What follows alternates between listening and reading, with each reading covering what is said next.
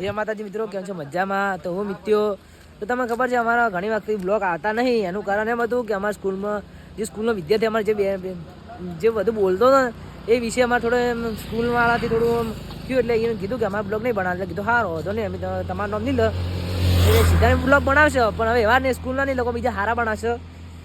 બીજું બોલો મજા. અમે ઘણા ટાઈમથી બ્લોગમાં નતા આવતા એ કારણે હવે હે ને અમારા ગજેન્દ્રભાઈ દુકાન ખોલી છે, તો તમને બતાવી દઉં. અમારા ગજેન્દ્રભાઈ હેલો ગાઈસ, જો અમારા સંગાભાઈ અને અમારા મુન્નાભાઈ મંચુરી બનાવી રહ્યા છે. તો જે મુન્નાભાઈને ચેનલને સબસ્ક્રાઈબ કરશે, યુટ્યુબ ચેનલને સબસ્ક્રાઈબ કરશે, ઇન્સ્ટા ચેનલને ફોલો કરશે અને વિડીયો જોશે અને સ્ટોરી ચડાવશે, એના માટે નહીં 30 રૂપિયાની ડિશ કરી આવશે. 50 રૂપિયાની ડિશ 20 રૂપિયા ઓફર રહે. અને આ એમ કે એના ભાઈનું સપનું હતું કે સપના હજી પૂરો કરવાના છે એમ, જે એને જે ઘણા ઘણા સપના છે એને મુન્નો ભાઈ છે ને 2027 બ્લેક ઘોડો લેવાના છે. પૂછી લો મુન્નાભાઈ કયો ઘોડો લેવાનો છે?